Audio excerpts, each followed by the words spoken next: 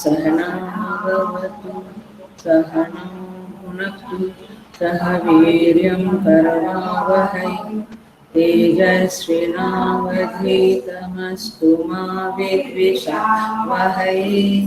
ॐ शान्ति शान्ति शान्तिः। समस्तजनकल्याणे निरतं करुणामयं नमामि चिन्मयं देवं सद्गुरुं मम विद्वम्।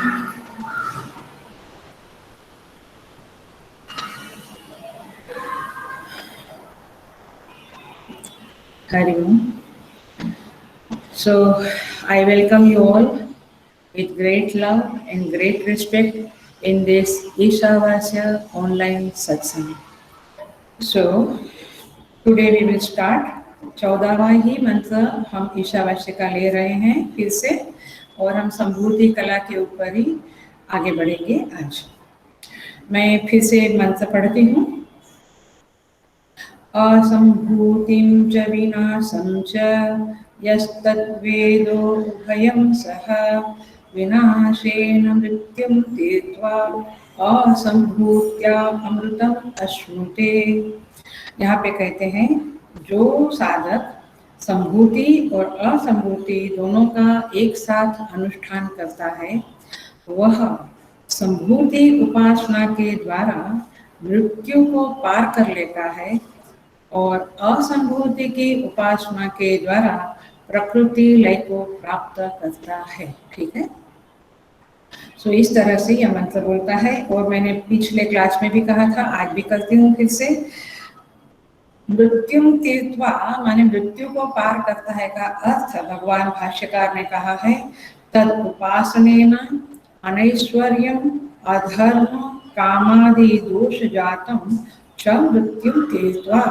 माने हमारे अंदर जो अनैश्वर्य माने दरिद्रता है, अधर्म है, कामादि दोष है, इन सब को ये संभूति की उपासना माने षोडश कला युक्त जो परमेश्वर है उनकी उपासना अनैश्वर्य माने दरिद्रता, अधर्म और कामादि दोषों से हमें मुक्त करती है, उन दोषों से हमें छुड़ाती है। और अनिमा प्राप्ति ही फलम हिरण्यगर्भ उपासनेन अनिमादि प्राप्ति ही फलम। हिरण्यगर्भ माने ईश्वर की उपासना करने से एक तो ऐश्वर्य की प्राप्ति होती है, धर्म की प्राप्ति होती है, कामनाओं का क्षय होता है और अनिमादि सिद्धियों की भी प्राप्ति होती है। असंभूत्या प्रकृति लय लक्षणम अश्नुते। अमृतम अश्नुते माने क्या? अमृत की प्राप्ति होती है माने प्रकृति लय में, माने समाधि अवस्था की, वेरी सिंपल वर्ड में बोले तो समाधि अवस्था की प्राप्ति होती है। तो इस तरह से यहाँ पे ये फल बताया है, संभूति और असंभूति की समुच्चय उपासना करने का यह फल बताया है। अब हम फिर से एक बार जरा सा देख लेते हैं कि उपासना माने क्या। उपासना के काफी एंगल इस उपनिषद के शुरुआत में, बीच में, अभी के मंत्रों में आए हैं। One more understanding, one more angle हम समझेंगे कि उपासना क्या होती है, मतलब कि एग्जैक्टली उपासना का रीजन आपके सामने आएगा। देखिए सिद्धांत क्या है उपासना का, बहुत ध्यान से सुनना, क्योंकि यदि आप समझ लेंगे तो आपको उपासना करने में बहुत एक उत्साह रहेगा, एक बल आएगा, एक क्लैरिटी रहेगी। तो सिद्धांत यह है कि यदि मैं शरीर में स्थित हूँ, आत्मा में नहीं, हेलो ध्यान से सुनना, आत्मस्थिति नहीं है मेरी, मैं शरीर में स्थित हूँ, मैं अल्पज्ञ हूँ, मुझ में कामनाएं हैं, इस अनुभूति से मैं गुजर रहा हूँ, एंड आई थिंक हम सब गुजर रहे हैं, तो इस अनुभूति के आधार रखकर जो साधना बनती है वह उपासना कहलाती है। ये अनुभूति है तो जो साधना आपको करनी चाहिए उसका नाम है उपासना। अर्थात इसको दूसरे शब्द में मैं बोलूंगी, शायद वहां क्लिक हो जाए। अर्थात अपूर्ण को सदा पूर्ण की आवश्यकता रहती है। यदि मैं अपूर्ण हूँ तो मुझे मेरी अपूर्णता खटकती है। I am not ready to accept that I am incomplete. तो इस इनकम्प्लीटनेस को, अपूर्णता को पूर्ण करने के लिए मैं मटीरियलिस्टिक वर्ल्ड में, जगत में बहुत सारे प्रयत्न करता हूँ, जिसे पुरुषार्थ कहेंगे, यानी कर्म कहेंगे, कर्म करते हैं। लेकिन यदि उस अपूर्णता को दूर करने के लिए मैं ईश्वर का सहारा लेता हूँ, अपूर्णता को दूर करके पूर्ण होने के लिए यदि मैं ईश्वर का सहारा लेता हूँ तो उसे उपासना कहेंगे। और ये जरूरत सबको रहती है। फॉर एग्जाम्पल, ये शरीर पंचभूत का है, तो इस शरीर जो पंचभूत का है उसको विराट पंचभूत की आवश्यकता है। जैसे मेरे शरीर में अवकाश है तो बाहर भी मुझे अवकाश चाहिए, इसलिए 2 बेडरूम से 4 बेडरूम, 6 बेडरूम के बंगलो लेते हैं। तो अवकाश की जरूरत पड़ती है, क्योंकि मेरे अंदर एक छोटा अवकाश है, तो जो सीमित है उसको असीम की आवश्यकता हमेशा महसूस होती है। मेरी सांस में जो वायु है उसको बाहर विराट वायु की जरूरत है। यदि वो नहीं मिला तो नहीं काम हो सकता है। अग्नि, जो मेरे शरीर में अग्नि है, सीमित अग्नि है, उसको बाहर विराट अग्नि की जरूरत है। अर्थात ये है, शरीर मिट्टी का है तो भोजन रूपी जो मिट्टी, भोजन मिट्टी है तो उसकी जरूरत है। तात्पर्य यह है कि सीमित को असीम की, विराट की जरूरत रहती ही है। व्यष्टि बुद्धि को समष्टि बुद्धि की जरूरत है। मैं अल्पज्ञ हूँ तो मुझे हमेशा लगता है कि कोई ज्ञानी के साथ में रहूं ताकि मैं सुरक्षित रहूं। कोई ज्ञानी मेरा मित्र बने या मेरा क्लोज व्यक्ति बने तो वो हमेशा व्यक्ति एक ज्ञानी को अपने आसपास रखती है, ताकि वो अपनी मूर्खता जो है उसको पता है, इसलिए ज्ञानी का सहारा लेकर वो अपनी मूर्खता के फल को हटा सकता है। तात्पर्य यह है कि जिस बारे में मैं अज्ञानी हूँ उसके बारे में जो ज्ञानी है उसकी मुझे हमेशा जरूरत है। जो दरिद्र है, कम धनी है, उसको महाधनी की आवश्यकता है, क्योंकि उसको लगता है कि कभी मुझे जरूरत पड़ा तो कोई होना चाहिए। अरे बेटी, इस तरह से व्यक्ति है तो समाज की जरूरत है। तो इस तरह से अल्प शक्तिशाली को महाशक्तिशाली की जरूरत रहती ही है। तो इसीलिए, और करता है, हम छोटे करता है तो महाकर्ता की जरूरत रहती है। तात्पर्य यह है कि हमें परमेश्वर की, जो महान है उनकी आवश्यकता है, जो पूर्ण है उनकी आवश्यकता है, क्योंकि मैं स्वयं को अपूर्ण महसूस करता हूँ, अल्पज्ञ, अल्प शक्तिशाली महसूस करता हूँ। इसलिए व्यक्ति का विराट से जुड़ा हुए बिना उनकी दरिद्रता, उनका अधर्म, उनकी कामनाओं का संपूर्ण नाश नहीं हो सकता। संसार के पुरुषार्थ से, कर्म से कुछ दरिद्रता, कुछ अधर्म का नाश होगा, लेकिन जब तक ईश्वर से, विराट से हम नहीं जुड़े तब तक, या गुरु से, सदगुरु से नहीं जुड़े, संत से नहीं जुड़े, तब तक हमारा ये दरिद्रता, अधर्म जो हमारे अंदर है, कामनाएं जो हमारे अंदर है, उसका नाश नहीं होगा। इसीलिए जो छोटा देश होता है उसे बड़े देश की आवश्यकता होती है, मित्रता की। तो इस तरह से अल्प की, सुनना, अल्पता का निवारण करने का जो साधन है उसका नाम उपासना है। अल्प की अल्पता का निवारण करने का साधन उपासना है। उस अल्पता की, उस अल्प ज्ञान की, उस अल्प धन की, उस अल्प शक्ति की जो मुझे हीनता लगती है, उस हीनता को दूर करने का उपाय भक्ति शास्त्र में उपासना बताया गया है, और खास करके संभूति उपासना बताया गया है। तो इसीलिए एक बात और ध्यान रखें, हम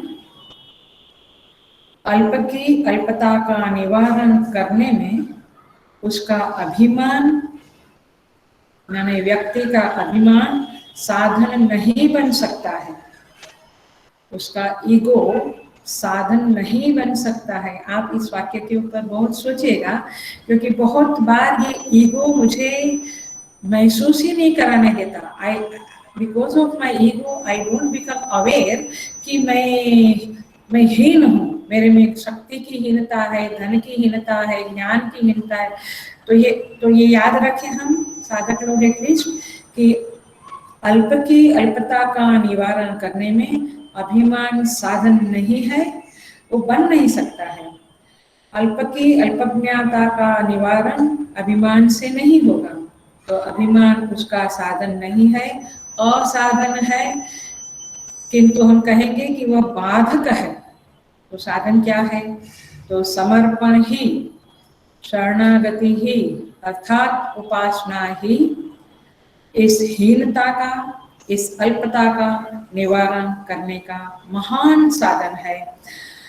इसी को ऋषि मुनियों ने उपनिषद में बताया है, और इस हितकारी वचन को हमें स्वीकार करना चाहिए और साधन के रूप में उपासना की स्वीकृति करनी चाहिए, और रेगुलर साधना में उपासना करनी चाहिए। ऐसा इन मंत्रों से, जो 6 मंत्र का ये संपुट है, उससे मालूम पड़ता है। पहले 3 मंत्र कर्म और उपासना के थे, और अभी के 3 मंत्र संभूति या संभूति के समुच्चय का है। तो ये उपासना का बहुत बड़ा महिमा है। हमने पिछले क्लास में संभूति उपासना शुरू की थी। संभूति उपासना माने षोडश कला युक्त परमेश्वर का चिंतन, उनका नाम और उनका ध्यान, तज्जपः तदर्थ भावनम। ये कला माने षोडश कला के बारे में उपनिषद में, प्रश्नोपनिषद में और मुंडक उपनिषद में भी आया है। मैं अगले क्लास में उसको करूंगी, आज शायद ये पूरा हो सके तो इसलिए उसको थोड़ा टच करूंगी मैं। मतलब ये कहना चाहती हूँ कि केवल श्रीमद् भागवत में ही संपूर्ण षोडश कला पुरुष का वर्णन है, ऐसा नहीं है। प्रश्नोपनिषद में भी है षोडश कला का वर्णन, और मुंडक में थोड़ा सा टच किया है, इसको हम अगले क्लास में देखेंगे। तो भागवत जी में फिर से मंत्र कहती हूँ, 1, 3, 1। प्रथम स्कंध तृतीय अध्याय प्रथम मंत्र प्रथम श्लोक। जगृहे पौरुषं रूपं भगवान् आत्ममायया सम्भूत षोडशकलम् आदौ लोकशुश्रूषया। तो भगवान ने आत्ममाया से षोडश कला रूप अपना स्वरूप प्रकट किया, इसके लिए, सृष्टि का सर्जन करने के लिए। तो जो धनी है वही धन दे सकेगा, जो ज्ञानी है वही ज्ञान दे सकेगा।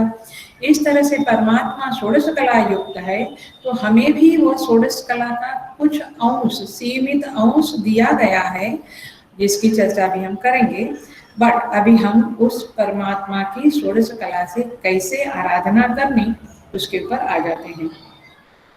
तो पहली कला थी श्रावणी कला, दूसरी कला थी स्पर्शिनी कला, जिसमें ध्रुव का एग्जाम्पल लिया था। तीसरी कला दर्शिनी कला, और चौथी कला हमने शुरू की थी आदिनी कला। आदिनी कला का अर्थ है स्वयं अत्ति परान आदयति च, अथवा अत्ति आदयति व आदिनी, ये उसकी डेफिनेशन है। अर्थात परमात्मा स्वयं खाते हैं, माने भोजन ग्रहण करते हैं, और दूसरों को भी खिलाते हैं। सारे जगत को खिलाने वाले परमात्मा ही है। जब इस बात का हम चिंतन करेंगे साधना में, जो भी हमारे इष्ट देव का रूप है उस रूप के साथ हम कहेंगे कि प्रभु आप मेरा नैवेद्य ग्रहण करें, ये श्रद्धा के साथ कि परमात्मा खाते हैं और ये कला है उनकी, ये उपनिषद ने कहा है, इसलिए श्रुति के आधार पर श्रद्धा रखनी पड़ेगी। कभी तर्क से हम आगे बढ़ते हैं, कभी अनुभूति से और श्रद्धा से, श्रुति के आधार पे। तो श्रुति कहती है कि परमात्मा अति आदयति वा, आदिनी कला युक्त है। तो और दूसरों को खिलाते हैं का मतलब है कि कभी हम किसी को खिलाते हैं तो हमें ये नहीं समझना है कि हम खिलाते हैं, परमात्मा ही हम सबको खिलाते हैं, ये बात हमें याद रखनी है। तो इसका एग्जाम्पल मैंने द्रौपदी का दिया था और दूसरा एग्जाम्पल सुदामा जी का है, जो हम आप सब जानते हैं कि अपनी पत्नी की प्रेरणा से सुदामा जी द्वारका पहुंचते हैं। मैं आदिनी कला में प्रवेश कर चुकी हूँ, आपने पकड़ लिया होगा। और वे अपना एक पोटली में तांदुल लेके जाते हैं और भगवान के पास मिलते हैं। भगवान उनसे काफी बातें करते हैं, दोनों पुराने समय की उनके गुरुकुल की बात, सांदीपनी ऋषि के आश्रम में गुरुकुल में कैसे रहते थे सारी बातें करते हैं। लेकिन वह जो सुदामा की पोटली है उसको आचार्य श्रीधरी टीका, ये श्रीमद् भागवत की सबसे श्रेष्ठ टीकाएं हैं। जो भी भागवत के प्रवचनकार लोग होते हैं वे श्रीधरी टीका को पढ़ते हैं। अपने अहमदाबाद आश्रम में भी हमारे वामदेव जी श्रीधरी टीका पढ़ के ही शाम को प्रवचन करते थे। तो ये मैं आपको इसलिए कहती हूँ कि आपको पढ़ना है भागवत तो श्रीधरी टीका के साथ पढ़ो तो और काफी चीजें खुलेगी। तो यहाँ पे टीका में कहते हैं कमला काम सौदाम काना, कमला काम सौदाम काना, मैंने सुदामा जी की पोटली के जो कण थे, तांदुल के कण थे, वे कमला काम थे। कमला काम माने लक्ष्मी की कामना करने वाले काम थे, सौदाम काना कमला काम। तो ऐसी ये पोटली थी, वो परमात्मा ने, श्री कृष्ण ने झपट ली और फिर उनका चिवड़ा खाने लगे, वो तांदुल खाने लगे। आपको कथा पता है। और भगवान कहते हैं वहां पे तर्पयंती अंगम का माम च विश्वम च, मेरे मन को, मेरे अंगों को भी ये तुष्टि देता है ये सौदा मकान, ये तंदुल, और विश्व को भी तृप्ति देता है। द्रौपदी का भी एग्जाम्पल देखा तो हमने देखा कि साग का एक पत्ता खाया, स्वयं भी तृप्त, सारे दुर्वासा और उनके 60,000 ऋषि भी तृप्त। तो तात्पर्य ये है कि परमात्मा को नैवेद्य करना चाहिए और परमात्मा तृप्त होते हैं तो हम भी तृप्त होते हैं, सारे लोग भी तृप्त होते हैं।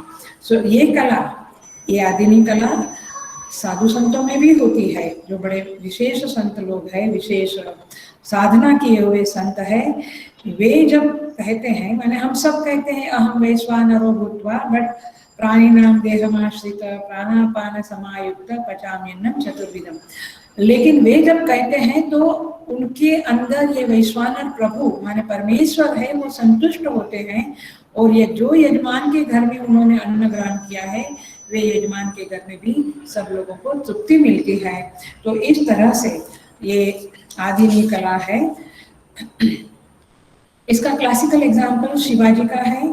शायद लास्ट टाइम मैंने रेफर किया था कि शिवाजी को अभिमान आया जब वो किला बना रहे थे कि मैं सबका भरण पोषण करता हूँ। तो समर्थ रामदास जी जो उनके गुरु थे, उन्होंने कहा कि शिवा ये पत्थर तोड़ो तो जरा। जब ये पत्थर तोड़ा गया तो उसमें एक मंडप था और उधर पानी था। तो समर्थ रामदास ने कहा शिवाजी शायद तुम ही इसको पानी की व्यवस्था करके दी है। समझ गए शिवाजी, तात्पर्य इस कथा का यह है और ये सत्य घटना है। इसका तात्पर्य यह है कि परमात्मा सबको खिलाता है, वो स्वयं भी उनको नैवेद्य ग्रहण करने से तृप्त होता है। ये उनकी चौथी कला को याद करते हुए हम आगे बढ़ते हैं। पांचवी कला है शोभिनी कला। आज आपको व्हाट्सएप भेजा है, उसमें जरा रिपीटेशन हो गया है। चौथी कला आदिनी नहीं लिखी है, हम फिर से वो वापस आपके ग्रुप में डालेंगे। पांचवी कला है क्षोभिनी कला। क्षोभ माने वैसे तो होता है नाराजगी या मन का थोड़ा हलचल, डिस्टर्बेंस, लेकिन परमेश्वर की क्षोभिनी कला यह है कि उनके माने पूजा में हम जब बैठते हैं तो उनको जो हम तुलसी वगैरह फूल वगैरह अर्पण करते हैं तो उसकी सुगंध दिव्य होती है, विशेष होती है। ये कला का हमें स्मरण करना है और इस तरह से पूजा के समय उन्हें फूल, तुलसी दल वगैरह अर्पण भी करना है। इस कला से ये करना है हमें साधना में। तो ये कला का एग्जाम्पल है सनकादि ऋषि। ये कथा है भागवत जी में। सनकादि ऋषि जब वैकुंठ में भगवान विष्णु को मिलने चले उस समय में जय विजय जो उनके द्वारपाल थे उन्होंने उनको रोका, और जब रोका तो थोड़ी हलचल हो गई और इन्होंने सनकादि ऋषियों ने जय विजय को श्राप दिया कि तुम पाप योनि में जाओ, राक्षस बन जाओ। फिर आपको पता है कथा। उस समय में जो कोलाहल हुआ उससे भगवान विष्णु बाहर आए, और जब वे बाहर आए तो सनकादि ऋषि में क्षोभ उत्पन्न हुआ, अर्थात कि उनके अंदर हर्ष उत्पन्न हुआ। जब हम संतों के आगमन होता है, ये हमारा अनुभव है, पूज्य गुरुदेव या ऐसे बड़े संतों का जब आगमन होता है तो हमारे शरीर में एक आनंद की लहर उठती है। ये हम सबका अनुभव है। अथवा मंदिर में जाते हैं तो मूर्ति को वैष्णो देवी है या पंढरपुर के विठ्ठल भगवान है, तुलजा भवानी, जहाँ भी हम देखते हैं द्वारिका के कृष्ण भगवान, जो हम दर्शन करते हैं तो हमारे शरीर में एक कंपन होता है, एक उल्लास होता है, एक तरंग उत्पन्न होते हैं हर्ष के। तो इसको कहते हैं भगवान की संक्षोभिनी कला। ये मूर्ति में भी होती है जो प्राण प्रतिष्ठित मूर्ति है, और यह संतों में भी होती है, और परमेश्वर में तो होती ही होती है। तो इस कला का स्मरण करते हुए हम पुष्प इत्यादि अर्पण करें और फिर हम महसूस करें कि भगवान के शरीर से वह सुगंध आ रही है, दिव्य गंध आ रही है, और मैं उसका अनुभव कर रहा हूँ। मेरे प्रभु ऐसे दिव्य गंध से युक्त है, दिव्य स्पर्श से युक्त है, दिव्य श्रवण से युक्त है। तो ये भगवान की पांचवी कला है, शोभिनी कला। यहाँ पे आपने कहीं सुना भी होगा कि जो संत होते हैं उनके शरीर से सुगंध आती है। मैं भावनगर में यज्ञ करने जाती थी तो वहाँ पे बताया जाता था कि एक संत थे, गांडा कुछ कहते थे ऐसा, उनके शरीर से नहीं उनके मल से सुगंध आती थी, और वे गटर के पास पड़े रहते थे लेकिन उनके मल से, उनके शरीर से सुगंध आती थी। तो आप भगवान का तो सोचिए कि क्या, कैसा भगवान का ये शोभिनी कला कैसी होगी कि उनके शरीर से वो दिव्य गंध आती है, जहाँ पे जिसको हमें स्मरण करना है और हमें उसका एहसास करना है। और ये बहुत सारे साधकों को ये अनुभूतियाँ आती है परमात्मा के दिव्य गंध की, पूजा में, मंदिर में या आश्रम में ध्यान करते समय भी आती है, और मेरे साथ शेयर भी किए हुए हैं ऐसे साधक लोग। तो ये जो सारी चीजें हैं मैं जो बोल रही हूँ, ये चाहे भागवत जी से बोल रही हूँ लेकिन मैं बहुत कन्विक्शन से बोल रही हूँ, क्योंकि ये सारे अनुभव किसी न किसी को आए हुए हैं, और ऐसे साधक बहुत सारे हैं। ये बातें नहीं है ये खाली भागवत जी ने कहा ऐसा नहीं है। बहुत सारे साधकों ने काफी चीजें शेयर की हुई है। जहाँ मैं गणेशपुरी में रहती थी वहाँ ये ज्यादा अनुभव आते थे लोगों को।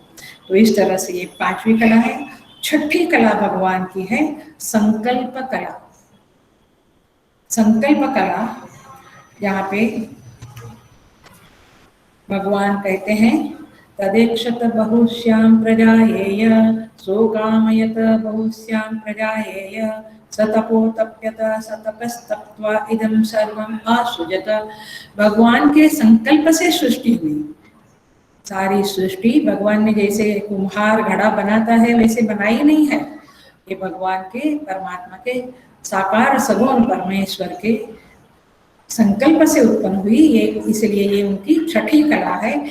इस संकल्प का स्मरण करते हुए जब हम उनका आराधना करेंगे, तज्जप तदर्थ भावनम, उनका नाम जप करेंगे, मंत्र जप करेंगे और उनका ध्यान करेंगे इस कला से युक्त परमेश्वर का, तो हमारे संकल्प में भी बल आएगा। मैंने बिगिनिंग में ही समझाया आपको कि यदि मैं अल्पज्ञ हूँ तो मुझे महाज्ञानी का अथवा सर्वज्ञ का या महत ज्ञानी का साथ चाहिए तो मुझे उनसे ज्ञान मिलेगा। वैसे परमात्मा का संकल्प शक्ति युक्त कला से स्मरण करने से हमारे संकल्प में बल आएगा, क्योंकि ये संकल्प कलाएं हमारे अंदर भी सीमित रूप में है तो सही। इसका एग्जाम्पल देती हूँ। परमेश्वर में तो बहुत बड़ी संकल्प कला है, हमारे में कैसा है, छोटे छोटे संकल्प हैं, कभी कभी पूर्ति होती है, कभी नहीं होती है। लेकिन एक मैं सॉलिड संकल्प की बात करती हूँ। उपनिषद में आता है, जब जीव इस शरीर को छोड़कर जाता है तो छांदोग्य में आता है, तो एक मंत्र का एक टुकड़ा है, हृदयस्य अग्रम प्रद्योतते। तो जीव के हृदय के आगे, हृदय का अर्थ होता है जहाँ पे वासनाएं रहती है, तो वासनाओं का पुंज हृदय से अग्रम प्रद्योतते, वासनाओं का पुंज उस समय में जीव के सामने प्रकट होता है। प्रद्योतते, प्रद्योतते माने जीव के सामने प्रकट होता है। तो ये गीता में भी हमने कहा है, यम यम वापि स्मरण भावम त्यजत्यन्ते कलेवरम। तो स्मरण भावम जो शब्द है, तो स्मरण माने स्मरण, लेकिन ये स्मरण का अर्थ भी है, क्या स्मरण होगा आपको? तो हम आज तक ऐसे बोलते थे कि स्मरण माने मैंने जिंदगी भर जिसका गहराई से, सूक्ष्मता से, दिल से, प्यार से स्मरण किया है और बहुत ज्यादा स्मरण किया है, वो आएगा। लेकिन आज मैं एक बहुत बहुत बड़ा रहस्य प्रकट करने जा रही हूँ कि जरूरी नहीं कि आपने इस जन्म में जो संकल्प हमेशा किया है अथवा जिसका स्मरण हमेशा किया है, जो वासना आपके इस जन्म में प्रबल है, जरूरी नहीं कि उसी का स्मरण मृत्यु के समय में होगा। यहाँ पे श्रुति उपनिषद कहता है, हृदयस्य अग्रम प्रद्योतते, माने वासना कुंज प्रकट होगा। बट कौन सा वासना कुंज? जो जन्मों जन्म से पिछले पिछले जन्मों में भी वासनाओं का कुंज है, वह भी प्रकट हो सकता है यदि उसका बल ज्यादा है तो, अथवा इस जन्म की वासनाओं का बल ज्यादा है तो वह प्रकट होता है और उसके मुताबिक हमारा अगला जन्म होता है, क्योंकि वही वासनाएं चित्त में आकार धारण करती है मृत्यु के समय में, और उस आकार के मुताबिक जीव उस आकार में चला जाता है। जैसे द्वेष की भावना मृत्यु के समय में आकारित हुई हृदय में, तो सर्प योनि में जाना निश्चित है। इस तरह से, या कोई पशु पक्षी की, गाय की, या जो भी चित्त में जो आकार, जो वासनाओं का पुंज ऊपर आया, माने प्रीडोमिनेंट बोलेंगे या प्रायोरिटी में आया, वह उसके मुताबिक हम जाएंगे। तो संकल्प का ये बहुत बड़ा रोल है। इसीलिए हम साधना में, सिंपल साधना में ऐसा हमें सिखाया जाता है कि ऐसा कहो भगवान जो आपकी इच्छा, ये हम लोग बोलते थे ना, हमेशा बोलते। इसका अर्थ ये है कि हम संकल्प ना करें, परमात्मा का संकल्प बड़ा है, वो हमारे लिए हितकारी संकल्प करेंगे और उनका संकल्प अवश्य फलीभूत होगा, ये बात है। इवन देन, फिर भी हम संकल्प करें तो हम बड़े संकल्प वाले परमात्मा को की संकल्प कला को याद करते हुए, स्मरण करते हुए यदि ये एक साधना करेंगे तो हमारे संकल्प में भी बल आएगा, उनका संकल्प हमारे संकल्प से एक होगा और हमारा संकल्प की पूर्ति होगी। तो इस तरह से उपासना में होता है।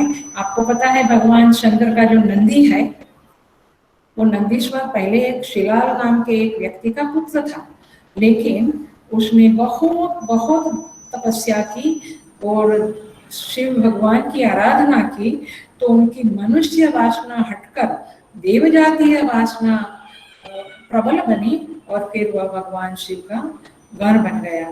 इसी तरह से विश्वामित्र का एग्जाम्पल हमारे सामने है कि विश्वामित्र ने अपना वशिष्ठ जी के साथ जब उनका कामधेनु चुराने वाली बात हुई तो वे हार गए युद्ध में, और फिर उन्होंने तपस्या करके क्षत्रिय धर्म को त्याग करके ब्राह्मण तेज को ग्रहण किया। तो ये उपासना के द्वारा वो एक क्षत्रिय से ब्राह्मण हो गए।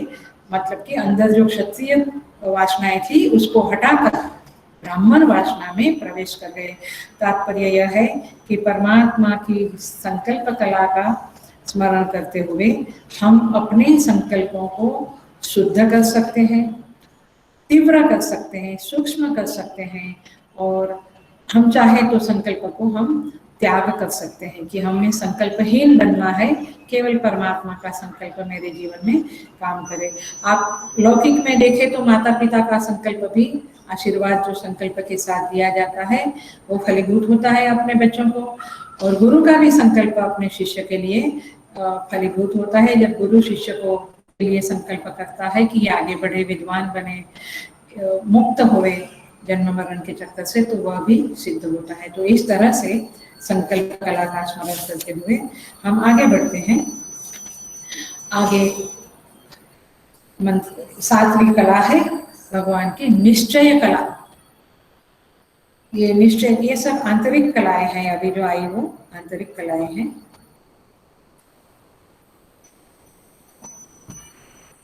निश्चय कला का क्लासिक एग्जाम्पल दे देती हूँ, जिससे आपको पता चलेगा कि भगवान का कैसा निश्चय है। वह भी कला का हम इसलिए स्मरण करें कि मेरे निश्चय का परिपूर्ति हुए, मेरा निश्चय फलीभूत हुए, अथवा परमात्मा का निश्चय में मेरा निश्चय को मैं मिला दूं, और इस तरह से अथवा मेरा निश्चय बलशाली बने। इसलिए भी इस कला का स्मरण करते हुए आपको उपासना करनी है। निश्चय कला का क्लासिक एग्जाम्पल श्रीमद् भागवतम में है देवताओं का समुद्र मंथन। जब उन्होंने समुद्र मंथन किया तो बहुत कुछ चीजें प्रकट हुई। कामधेनु गाय, कौस्तुभ मणि प्रकट हुआ, पारिजात, उच्चैश्रवा घोड़ा, ऐरावत हाथी, धन्वंतरी स्वयं चंद्रमा, सब कुछ प्रकट हुआ। साक्षात लक्ष्मी प्रकट हुई। अब बीच में हलाहल भी प्रकट हुआ जो भगवान शंकर पी गए। लेकिन जब लक्ष्मी जी प्रकट हुए देवताओं ने उधर ध्यान नहीं दिया। हलाहल प्रकट हुआ, देवता लोगों ने हारे नहीं, डरे नहीं। न निश्चितार्थात् विरमन्ति विरमन्ति धीराः। ऐसा कहते हैं कि निश्चय एक बार कर लिया तो धीर पुरुष अपने निश्चय से हटता नहीं है। तो हम यदि उपासना करने का, अनुष्ठान करने का सवाल आपका ऐसे निश्चय कर ले तो नहीं हटना है, तो भगवान की निश्चय कला का स्मरण करते हुए करें। तो इस तरह से देवता कहते हैं सुधाम विना न प्रायेयु विराम। हमें अमृत नहीं मिलेगा तब तक हम निश्चय को छोड़ेंगे नहीं। तो इस तरह से भगवान की भी निश्चय कला है। भगवान की क्या निश्चय कला है तो श्लोक बताती हूँ। आयु कर्म च वित्तं च विद्या निधनमेव च पंचैतानि हि सृज्यन्ते गर्भस्थस्यैव देहिनः।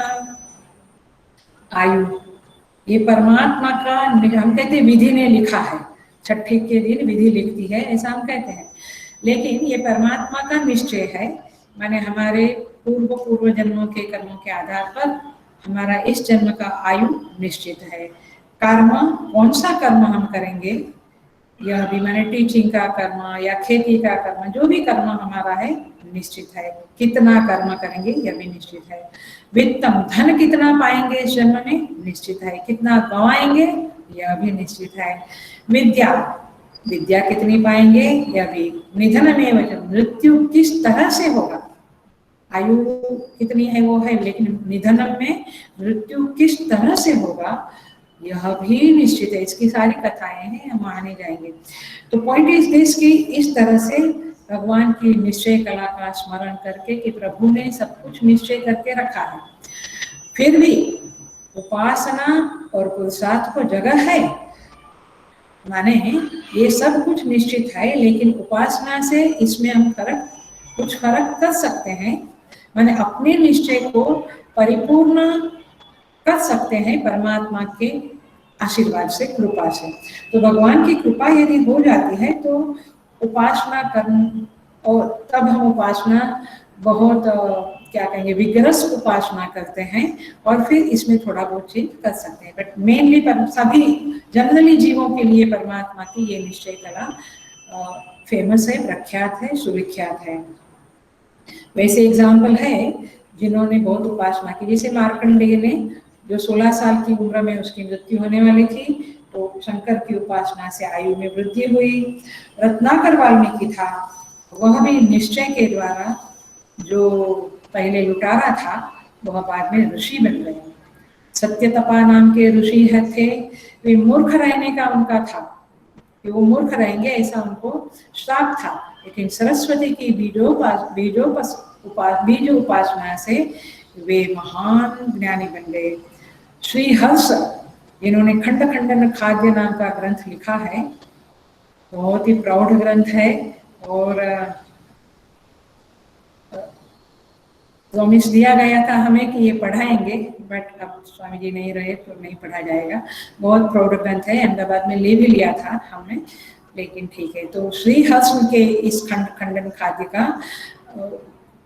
खाद्य ग्रंथ कब उत्पन्न हुआ? जब उन्होंने चिंतामणि मंत्रोपासना की, तब ये ग्रंथ लिख पाए, और वे भी बहुत यूनिक, माने एक विशेष, एक महान विद्वान बन गए, जिनका नाम है, आज भी नाम है, और ये अभी 200 साल 400 साल पुराने लोग हैं। पाणिनि पुराना है, पाणिनि बहुत जुने हैं। उन्होंने माहेश्वर उपासना की, और शंकर के डमरू से, नृत्य से पाणिनि सूत्र निकले। तो ये सारी चीजें निश्चय से हुई है। कहना मेरा तात्पर्य ये है कि निश्चय से हुआ है। तो हम, ये तो बड़े बड़े निश्चय थे इन लोगों के, लेकिन हम अपना कुछ निश्चय करें, उस निश्चय में बल लाना है। तो भगवान की निश्चय कला का स्मरण करते हुए हम अपने निश्चय की परिपूर्ति कर सकते हैं, अथवा भगवान के निश्चय में अपने निश्चय को गला सकते हैं, समर्पित कर सकते हैं। तो इस तरह से निश्चय कला आई। आगे बढ़ते हैं। 8वीं कला है अहंता कला। अहंता माने अहम, लेकिन हमारा जो अहम है वो अलग है, और परमात्मा का जो अहम है वो अलग है। परमात्मा का अहम विश्व अहंता भाव है। उनकी जो कला है उसमें, जैसे इस शरीर में मैं अहम भाव रखता है ना, हम इस शरीर में अहम भाव रखते हैं, अपने विचारों में अहम भाव रखते हैं, वैसे परमात्मा इस विश्व में अहंता रखते हैं, अहंता भाव रखते हैं। इसलिए उनकी अहंता पूर्ण अहंता है, और हमारी अहंता बड़ी सीमित है, एक शरीर पूर्ति है। लेकिन उनकी अहंता विश्वव्यापी, समस्त विश्व की अहंता है, अर्थात कि ये विश्व उनका है। ये कला के साथ उनका स्मरण करने से हमारी अहंता, हमारा ईगो डाइल्यूट होगा, पतला होगा, मतलब कि क्षय होगा हमारे अहंकार का। यह 8वीं कला का महत्व है, क्योंकि भगवान कहते हैं गीता में, अहम आत्मा गुणाकेश भूता सर्वभूताशये स्थितः अहमादिश्च मध्यम च भूतानां अंतमेव च। सर्वत्र भगवान कहते हैं मैं आदि मध्य अंत नहीं हूँ। माने कितनी बड़ी अहंता है उनकी, और मैं सबके हृदय में स्थित हूँ। और भगवान कहते जितने पदार्थ हैं सब में मैं हूँ। आदित्यानां अहम विष्णु ज्योतिषां रविरंशुनां अहम क्रतुर अहम यज्ञ सदाहम अहम औषधम मंत्रो हमेवाज्यम अहम अग्निर अहम। भगवान कहते हैं सब कुछ मैं हूँ, सब में भगवान की अहंता व्याप्त है।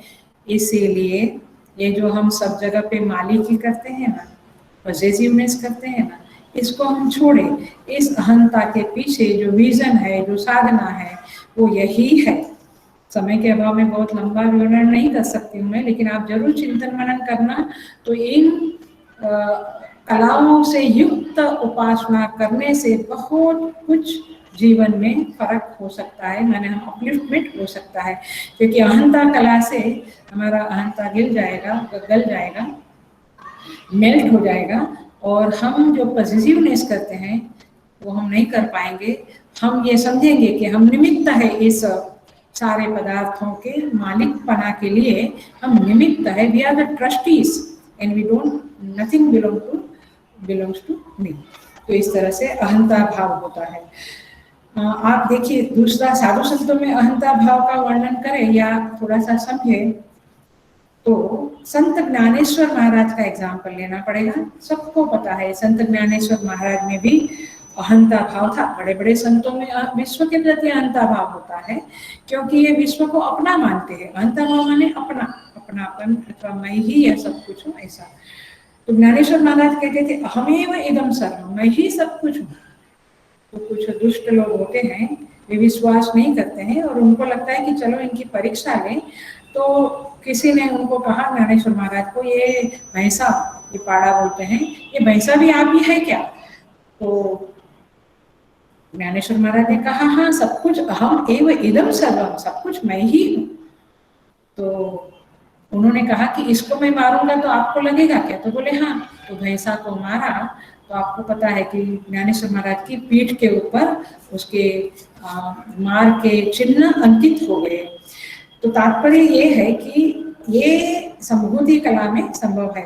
माने जब आप अहंता को प्रकट करते हैं तब इस तरह से जिसके साथ आपने प्रकट किया उसका वो कर्म आपके ऊपर आता है। हम बात करते हैं ना कि संत ने, किसी गुरु ने, किसी संत ने मेरा कर्म ले लिया, तो ये बात है। उनकी अहंता कला को वे प्रकट करेंगे, मैनिफेस्ट करेंगे, उनके पास है, लेकिन हर बार वो प्रकट नहीं होती है। लेकिन जब वे प्रकट करेंगे तो व्यक्ति का मार, व्यक्ति का धनहानि, व्यक्ति का कर्म वे अपने ऊपर ग्रहण कर लेते हैं। तो ये अहंता कला के आधार पे ये जो आज तक हम सुनते थे कि हमारे कर्म कैसे लेंगे, कोई बीमार है तो हम कहते हैं ना उन्होंने उनकी बीमारी ले ली, वो संत ने। तो इस तरह से अहंता भाव से ये बात संभव हो सकती है। Are you getting? समझ में आ रहा है ये बातें? M I clear? सो इस तरह से अहंता भाव भी संतों, परमेश्वर में भी रहता है, संतों में भी रहता है। इसलिए अहंता माने मैं ही परमेश्वर हूँ ऐसा संत मानते हैं। यस्य प्रसादादमेव विष्णुः मय्येव सर्वं परिकल्पितं च। कहते जिसके प्रसाद से मैं स्वयं को विष्णु समझने लगा और ये सारा जगत मेरे लिए परिकल्पित हो गया, ये है अहंता भाव। और यही है ईशावास्यम इदगम सर्वम। मैं सर्वत्र ईश्वर देखूंगा, माने मैं भेद से नहीं देखूंगा कि मैं एक इंसान हूँ, मैं एक उपासक हूँ, वो सब कुछ ईश्वर है, ऐसे नहीं देख पाएंगे। यह पूर्ण अहंता भाव को लाकर ये ईशावास्यम जीवन में सफल होगा। और इसके लिए आपको ये अहंता, परमेश्वर की ये 8वीं कला अहंता का स्मरण करते हुए, चिंतन करते हुए ये उपासना करनी होगी। 9वीं कला है सर्वज्ञता। मैं थोड़ी फास्ट जा रही हूँ क्योंकि 16 कला करना है। सर्वज्ञता कला 9वीं कला, 9th। सर्वज्ञता कला का अर्थ होता है कि परमात्मा, जीव, परमात्मा सब कुछ भूत भविष्य वर्तमान को जानते हैं। ये तो हमको पता है कि भगवान सर्वज्ञ है, लेकिन संत लोग भी, जो बड़े बड़े ऋषि मुनि है अथवा संत है, वे भी सर्वज्ञ होते हैं, बट उनकी लिमिटेशन होते हैं। ऐसा कहते हैं कि 7 जन्म का जानते हैं या ऐसे कुछ जन्मों का जानते हैं, लेकिन परमात्मा तो सनातन, अनादि, अनंत काल का सब कुछ जानते हैं। सो भगवान की सर्वज्ञता का जो हम अनुभव लेवे अथवा एग्जाम्पल लेवे, तो भगवान का जो अवतार होता है वहां पे परमात्मा की ये सर्वज्ञता कला प्रकट होती दिखाई देती है। श्री राम के बारे में हमने सुना है कि भगवान राम जब सीता के वियोग में हासीते करते हुए जंगल में विचरण कर रहे थे, उस समय में भगवान शंकर और माँ पार्वती वहां से गुजरते हैं। भगवान शंकर श्री राम जी को देखते हुए जय सच्चिदानंद घन परमेश्वर ऐसा करके नमस्कार करते हैं। पार्वती जी कहती है कि ये तो हासीते करके सीता जी के वियोग में रो रहे हैं, आप इनको भगवान कैसे मानते हैं? शिव जी ने कहा कि नहीं, ये प्रभु ही है, श्री राम प्रभु ही है, भगवान ही है। पार्वती जी मानने को तैयार नहीं थे, तो शिव जी ने कहा कि ठीक है, तो तुम परीक्षा लो। तो पार्वती जी बोले मैं परीक्षा लेती हूँ। पार्वती मैया उनके पास गई, राम जी के पास, तो सीता जी के रूप लेकर गई। तो भगवान राम जी ने कहा, माते आप अकेली कैसे हो? मेरे आराध्य भगवान शंकर कहाँ है? आप उनके साथ ही हमेशा आती जाती हो, ये अकेली कहाँ जंगल में विचरण कर रही हो? जब भगवान ने ऐसा कहा तो पार्वती जी समझ गई कि श्री राम ये लीला कर रहे हैं, बट वास्तव में वे सर्वज्ञ है। तो इस तरह से इस कथाओं में, रामचरितमानस में, इस कथाओं में बताया गया है कि भगवान सर्वज्ञ है। इवन शंकर भगवान भी सर्वज्ञ है, ये बात भी पता चला इस कथा से, और राम जी भी सर्वज्ञ है।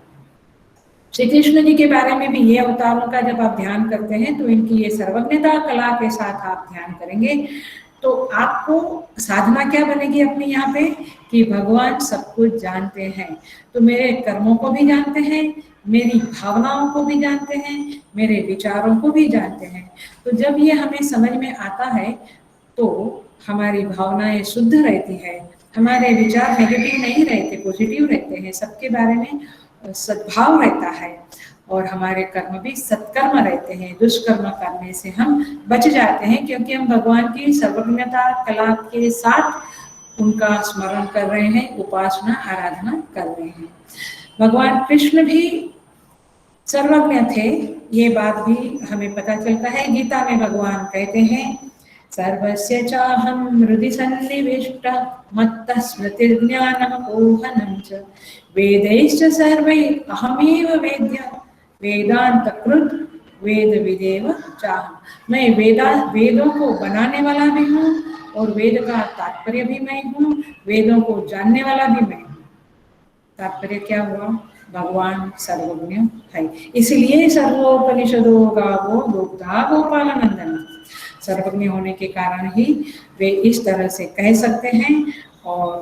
और भी एग्जाम्पल है श्री कृष्ण की लीलाओं में।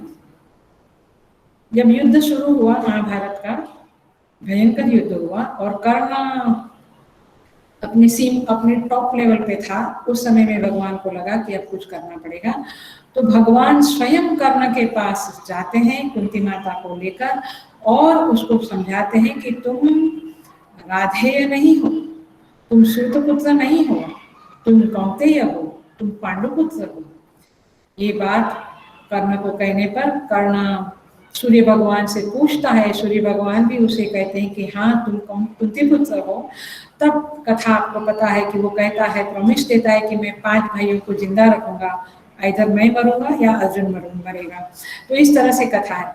यहाँ पे कुंती ने भगवान के पास अपना बात खोला नहीं था, लेकिन भगवान सर्वज्ञ थे करके ये उपाय भगवान ने ढूंढा और फिर भगवान ने कर्ण को कहा। तात्पर्य यह है कि भगवान सारी बातों को जानते हैं, सर्वज्ञ है। तो इस तरह से भगवान की सर्वज्ञता कला को स्मरण करते हुए हम उनकी उपासना करें, आराधना करें, तो हमारे अंदर भी उनके आशीर्वाद रहेंगे और हमारे कर्म विचार भावना शुद्ध रहेंगे और उनकी सर्वज्ञता का ख्याल रहने से हमारे ऊपर उनकी कृपा बरसती रहेगी। 10वीं कला है सर्व शासन कला। ये फेमस कला है भगवान की, ये तो हम सब जानते हैं कि उनका शासन ही सारे जगत में फैला हुआ है। 10वीं कला सर्वशासन कला। बृहदारण्यक उपनिषद में स्तुति कहती है एतस्य वा अक्षरस्य प्रशासने गार्गी सूर्यचंद्रमसौ विद्युतौ तिष्ठतः। एतस्य अक्षरस्य प्रशासने गार्गी ध्यावा पृथिव्यौ विद्युते तिष्ठतः। ये अक्षर पुरुष के प्रशासन में ये सूर्य चंद्र अंतरिक्ष में टिके हुए हैं, ये पृथ्वी और ये स्वर्ग टिके हुए हैं। तिष्ठता खड़े हैं, माने इनको कौन खड़ा करता है? ये ख्याल में आ रहा है। अंतरिक्ष में आधार के बगैर कौन उनको खड़ा करता है, कौन उनको उनके ऊपर शासन करता है? तो परमात्मा है, जो परमेश्वर है, उन्हीं का शासन वहाँ है। इधर ईशावास्य में ही कहा है तस्मिन् को मातरिस्वा दधाति तस्मिन् सति मातरिस्वा हिरण्यगर्भ प्राणिनां तत्तत्कर्माणि विभजते। परमेश्वरी सबको अपना अपना कर्म का विभाजन करते हैं। माने जैसे हमारा जो बॉस होता है वो कंपनी में, वो ही सबको काम देता है कि तुमको ये काम करना, वैसे परमेश्वर इस सृष्टि में सबको अपना अपना काम देते हैं। क्या कहते, भयाद अग्निस्तपति भयाद तपति सूर्य भयाद इंद्रश्च वायुश्च मृत्यु धावति पंचम। यमराज को जीवों को ले आने का काम दिया, अग्नि को तपने का काम दिया, वायु को बहने का काम दिया। ऐसे भगवान का शासन सब जगह चलता है। इसी तरह से सारे जो वृक्ष वगैरह है सबके ऊपर परमात्मा का शासन चलता है। नारियल का पेड़ ऊपर ही जाता है लेकिन स्वर्ग तक नहीं जाता, उसकी एक लिमिटेशन है। ये शासन कौन किया? परमेश्वर किया। ये जितना भी हमारा शरीर में नख बढ़ते हैं, बाल बढ़ते हैं, सबके ऊपर शासन है। युवावस्था से वृद्धावस्था में जाना है, वृद्धावस्था से युवावस्था में नहीं आ सकते हैं, ये सारा शासन भी परमात्मा का। ऋतु, वर्ष, काल, क्षण, ये सारा जो भी है उसके ऊपर भी परमेश्वर का शासन है। तात्पर्य ये, नदियां जो बहती है, सागर की सीमाएं हैं, पानी नीचे की ओर है, भाप ऊपर की ओर है, अग्नि ऊपर की ओर जाती, वायु तिर्यक गमन करता है, कुत्ता भौंकता है, हाथी चिंघाड़ता है, शेर गरजता है, घोड़ा हिनहिनाता है, ये आवाजों का शासन भी परमात्मा का है। माने जहां तहां उनका शासन दिखता है। कथाएं देखें तो श्रीमद् भागवत में भगवान कृष्ण को वासुदेव जी जब ले जा रहे थे यमुना नदी के पार, माने गोकुल ले जा रहे थे सुपड़े में, तो नदी, यमुना नदी कालिंदी ऊपर ऊपर ऊपर आती है, तो भगवान जानते हैं कि मेरा चरण स्पर्श करने को आ रही है, तो वसुदेव जी बहुत घबरा जाते हैं, अब क्या होगा। लेकिन भगवान जानते हैं, इसलिए भगवान अपना पैर सुपड़े से बाहर करते हैं और उनका स्पर्श यमुना जी को लगने से यमुना जी शांत होती है और भगवान वहां आदेश करते हैं कि तुम हमें रास्ता दो। तो यमुना जी वसुदेव जी को रास्ता देते हैं। ये किसका शासन में हुआ? तो ये सगुण साकार परमात्मा का शासन इस पृथ्वी पे है, सब पदार्थों में है। राम जी का आपको पता है, सेतु बंध के समय में सेतु के ऊपर, माने भगवान ने समुद्र के ऊपर सेतु बांधा। पहले समुद्र ने जगह नहीं दिया, बाद में सेतु बांधने के लिए जगह दिया। तो राम जी के शासन से समुद्र भी शासित है। तो इस तरह से ये बहुत सारा एग्जाम्पल्स मिलते हैं हमें। भागवत जी पढ़ना चाहिए, बहुत प्यारा ग्रंथ है। मैं, सबको पता होगा कि नहीं पता नहीं, मैं जैसे ही थाने सेंटर में आई 2 साल मैंने भागवत ही लिया शाम को, 2 साल रेगुलर मंडे टू फ्राइडे। बहुत सुंदर ग्रंथ है और ये पहली बार मैंने यहाँ पे लिया अच्छी तरह से। तो इस तरह से भागवत जी पढ़नी चाहिए। इसमें बहुत कुछ परमात्मा के गुणों का वर्णन है। यदि हम उपासना करते हैं तो फिर ये हमें पढ़ना ही चाहिए। और 2 कलाएं करके हम पूरा करेंगे। आगे 11वीं कला है आविर्भाव कला और 12वीं कला है तिरोभाव कला। दोनों कलाएं करेंगे ताकि 4 कला नेक्स्ट क्लास में करेंगे। आविर्भाव कला जो है ये कहती है कि परमेश्वर का आविर्भाव होता है जब वे अवतार धारण करते हैं, तो उनका जन्म नहीं होता है हम लोग के जैसा। तो इस तरह से भगवान का आविर्भाव होता है। देखिए, भगवान अपने कर्मों का फल भोगने के लिए इस पृथ्वी पर नहीं आते हैं, लेकिन कर्मों का फल जीवों को देने के लिए आते हैं। ख्याल में आता है, जीव जो है वो अपने कर्म का फल भोगने को आता है, परमात्मा जीवों को कर्मों का फल देने के लिए आते हैं। देखिए, इसका एक लौकिक एग्जाम्पल दूं। एक आदमी था, वो बार बार अपराध करता था और बार बार जेल में आता था। जैसे अपराध से उसकी जेल से छुट्टी हुई, फिर अपराध करेगा, फिर वापस आएगा। तो जेलर बड़ा चिढ़ गया। वो बोलता है उस आदमी को कि तुम कितनी बार इस जेल में आ रहे हो? अपराधी ने कहा, आप जितनी बार जेल में आते हो उससे कम बार मैं आता हूँ। आप जितनी बार जेल में आते हो उससे कम बार मैं आता हूँ। क्योंकि तो जेलर हंस पड़ा, क्योंकि जेलर को तो रोज आना पड़ता है जेल में, लेकिन अपराधी जब कुछ कर्म करेगा तब आता है।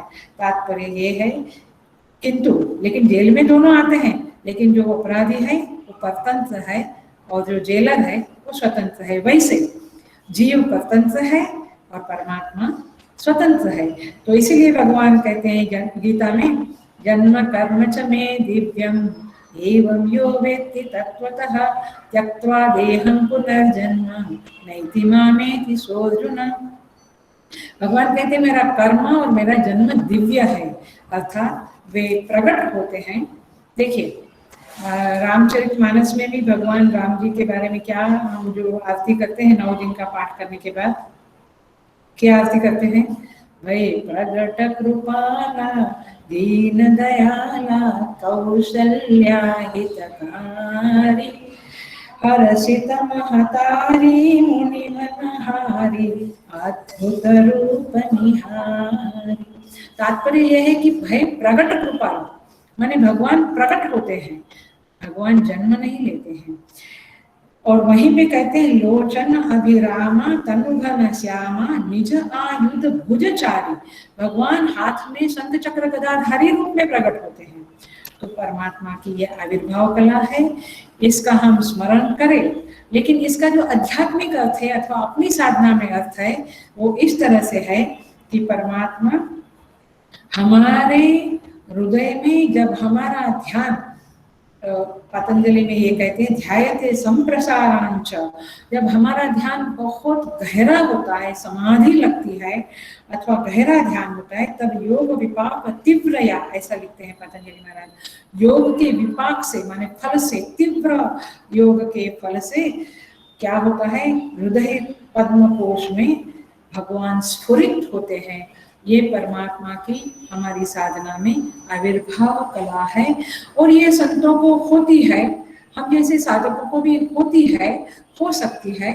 इसलिए इसके ऊपर विश्वास रख के गहरी उपासना करें, गहरा ध्यान करें, क्योंकि बाहर परमात्मा प्रकट होते हैं ये तो पता है हमें, लेकिन हृदय में भी वो एक क्षण के लिए हमें दर्शन देते, माने स्फुरित होते हैं, झलक होती है। आपने भागवत जी में ही पढ़ा है, नारद जी का जब बालक थे और उनकी माता का मृत्यु हो गया, देहांत हो गया, उसके बाद वे साधना करते थे तो भगवान ने एक झलक उसको दिखाई और हृदय में दिखाई।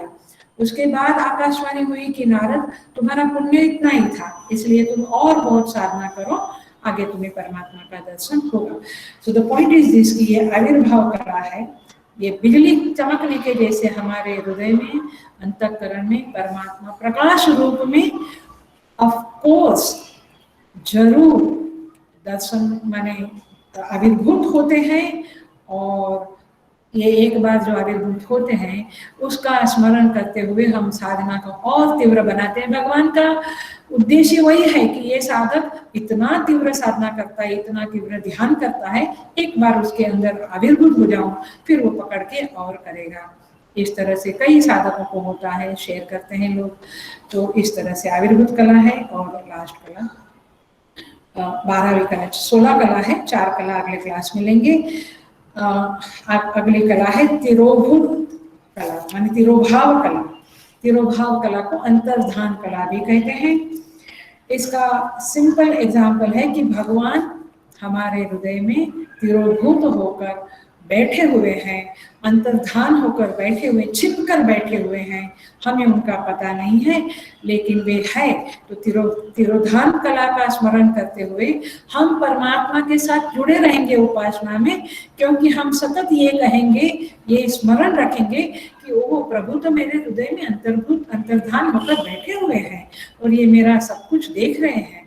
तो इस कला का स्मरण करते हुए आप भगवान के साथ जुड़े रह सकते हैं। इसका क्लासिक एग्जाम्पल है बटुक रूप में जो वामन भगवान आए और बलि राजा को सारी बातें करने लगे, मांगना था 3 वर, लेकिन जो बलि राजा और उनका यज्ञ को मूल उद्देश्य था यज्ञ को भंग करना, तो बड़ी प्रशंसा की राजा बलि वगैरह की, और फिर लंबा लंबा बातें करके ये बातें करके भगवान ने उनको ये कथा भी कही कि तुम्हारे जो हिरण्यकश्यप, जो तुम्हारे पीढ़ी के पूर्वज थे, वो हिरण्यकश्यप भगवान विष्णु के, ये कथा करी उन्होंने कि भगवान विष्णु के पीछे पड़े, क्योंकि भगवान विष्णु ने वराह अवतार में हिरण्याक्ष को मार डाला। तो हिरण्यकश्यप को बड़ा गुस्सा था, तो विष्णु के पीछे पड़े, वैकुंठ में पहुंचे बदला लेने के लिए, युद्ध करने के लिए। तो भगवान धीरे से वैकुंठ से उतरकर पृथ्वी पे आ गए। तो हिरण्यकश्यप पृथ्वी पे आया, वहां से भी भगवान पाताल में चले गए। तो भगवान पाताल में गए तो वहां पर भी ये चला गया हिरण्यकश्यप, और वहां पे भगवान वहां पे हिरण्यकश्यप थक गया तो आंखें मूंद के थोड़ा सोने लगा। उस समय में भगवान ने कहा अब ये तो जहां जाऊंगा ये पीछे आएगा, तो भगवान उसके हृदय में ही प्रवेश करके वहां छिप गए। और जो आसुरी वृत्ति वाले हैं वे हृदय में कभी देखते नहीं है, वे अंदर कभी झांकते नहीं कि मुझसे गलती हुई या मैंने कुछ खराब करना किया, कभी नहीं जानते। इसीलिए भगवान उनके हृदय में छिप गए और तब से भगवान हिरण्यकश्यप को मिले नहीं, अंत में मिले। सो इस तरह से ये कथा है, कथा आपको पता है, बट मुख्य बात यह है कि भगवान सबके हृदय में छिपे हुए रहते हैं और जीव तो परांची खानी व्यतुरत स्वयंभू करके बाहर ही देखता रहता है। तो इस कथा के द्वारा हमें ये समझना है कि भगवान हृदय में छिपे हुए हैं और इसका अनुभव कृष्ण रासलीला में भी हुआ है। गोपियों को भगवान बीच में अंतर्धान हो गए। तो भगवान की एक कला है, भगवान के पास ये सामर्थ्य है, कला माने सामर्थ्य, एक प्रकार से ये सामर्थ्य है। इस कला का स्मरण करते करते हुए हम जब भगवान का स्मरण करेंगे तो अंदर में अंदर जो छिपे हुए प्रभु है किसी समय में आविर्भूत हो जाएंगे और हमें क्षण भर के लिए दर्शन मिलेगा, कृपा मिलेगी। इस तरह से ये 16 कलाओं के साथ परमात्मा का स्मरण करना चाहिए और हमारी उपासना को बलशाली शक्तिशाली बनाना चाहिए। और इस उपासना का एक पक्ष जाता है परमात्मा के साथ कि वो उस कला से युक्त है, और दूसरा जो चिंतन आपको करना है वो ये है कि वे इस कला से युक्त है तो मुझे साधना में किस बात को लाना है। जैसे अंतर्धान तिरोभाव युक्त कला है भगवान की, तो मुझे ये याद रखना है कि मेरे हृदय में भी वे छिप कर बैठे हैं। आविर्भूत कला है तो ये याद रखना है, मैंने चिंतन करते हुए ये याद रखना है कि भगवान मेरे हृदय में कभी भी आविर्भूत हो सकते हैं और उसके लिए मुझे गहरा ध्यान करना है। इस तरह से उनकी सर्वज्ञता, सर्वशासनता वगैरह जो षोडश कला है उसका स्मरण करते हुए अपने साधना में, अपने जीवन में, उपासना में अपलिफ्टमेंट हम जरूर ला सकते हैं और हमारी साधना और गहरी और तीव्र, सूक्ष्म, शुद्ध बन सकती है। ये इस षोडश कला का प्रयोजन है और उपासना का प्रयोजन तो आप जानते ही हैं। तो इसका चिंतन करते हुए हम आगे की 4 कलाओं को नेक्स्ट क्लास में करेंगे और नेक्स्ट क्लास में ये 14वां मंत्र पूरा होगा। आगे 2 क्लास होगा 24 और 31 को, और जिसमें 2-2 मंत्र 11-12 और 13-14 करके 2-2 प्रार्थना के मंत्र पूरे होंगे और 31 दिसंबर को ये इशारा से कि हम समापन करेंगे। एक थोड़ा सा व्यू दे दिया है, भगवान करे इस तरह से ही होवे, आखिर उनका संकल्प। तो भगवान से हम प्रार्थना करते हैं कि ये कलाओं के साथ हम आपकी उपासना करें, आराधना करें, ध्यान करें और हमारी उपासना के ऊपर आप कृपा करें, कृपा दृष्टि रखें और हमें आगे और आगे बढ़ाएं, सभी को आगे बढ़ाएं। ऐसी प्रार्थना करते हुए मैं पूरा करूँ। ओम पूर्णमद पूर्णमिदं पूर्णात् पूर्णमुदच्यते पूर्णस्य पूर्णमादाय पूर्णमेवावशिष्यते। ओम शांति शांति शांति। हरि ओम। श्री गुरुभ्यो नमः। हरि ओम।